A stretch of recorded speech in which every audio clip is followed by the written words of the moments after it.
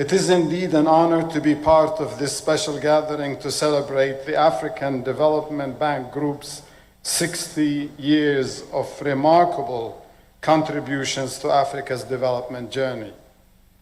I am delighted to address such a distinguished audience today to share my thoughts on Africa's transformation, the African Development Bank Group, and the reform of the global financial architecture.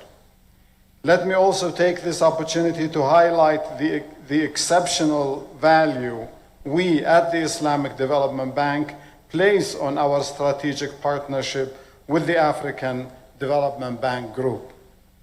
It is a commitment to a shared dream of transforming the African continent and helping it deliver on its hopes and aspirations. Your Excellencies, ladies and gentlemen, Africa, a continent full of promise and endowed with abundant resources. Africa, a continent that holds the dreams and aspirations of hundreds of millions of its people.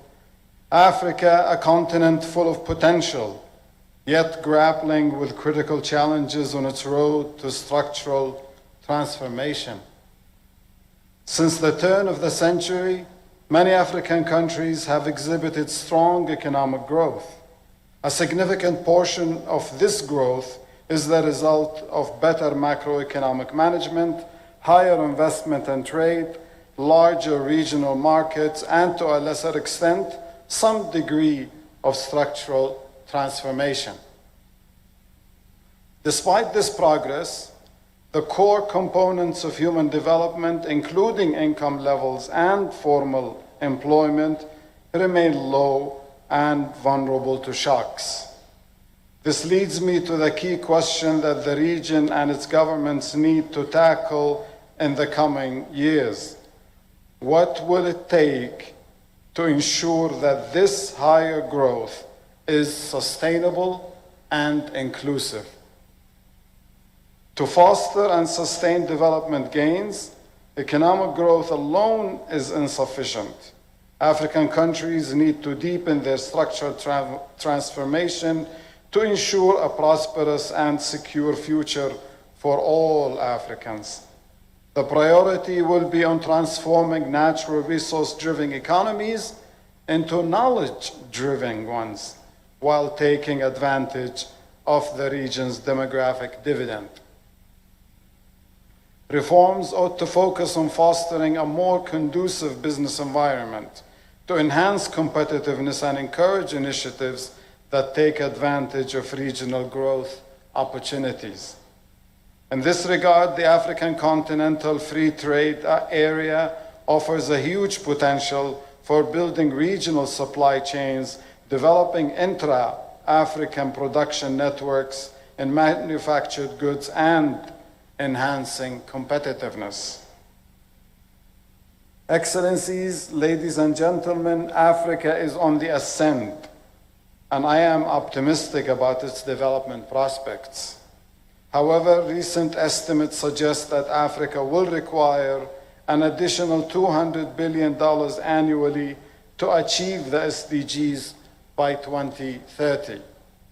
Moreover, it is becoming increasingly evident that the current global financial system will not be able to provide the necessary support to achieve the ambitious transformative agenda of Africa.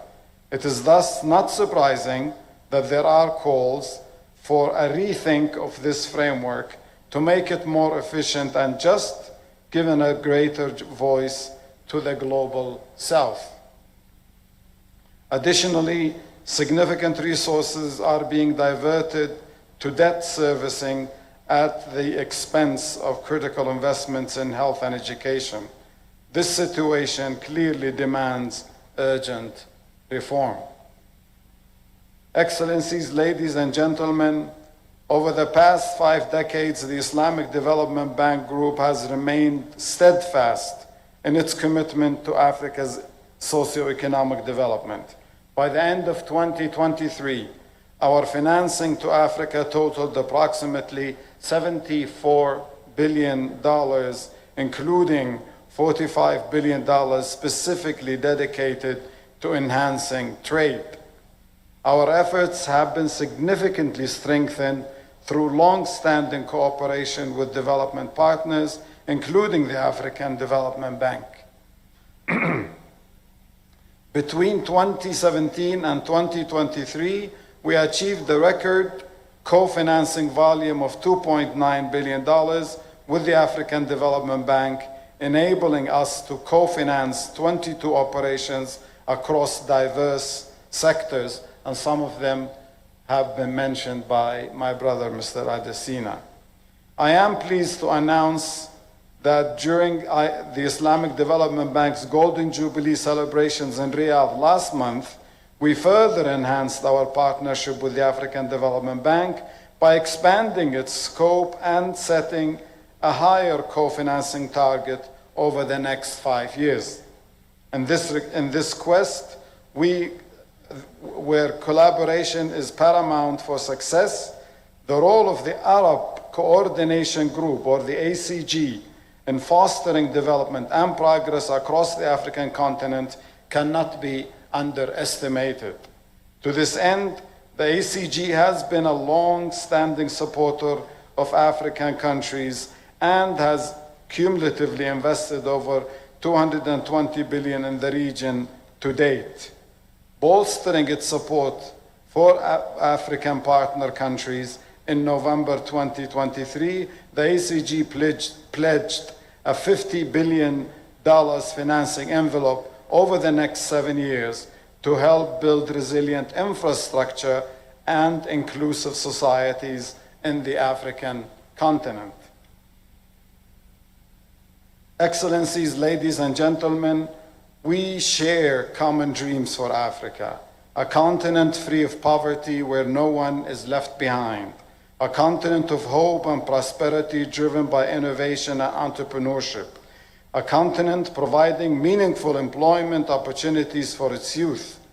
We remain steadfast in our commitment to work with our development partners to rekindle hope, to realize Africa's dreams of transformation, especially when we recall the wise words of our host, His Excellency President Ruto, and I hope he doesn't mind me quoting him, who said recently, only very recently, that Africa is neither facing east or west, but is facing forward.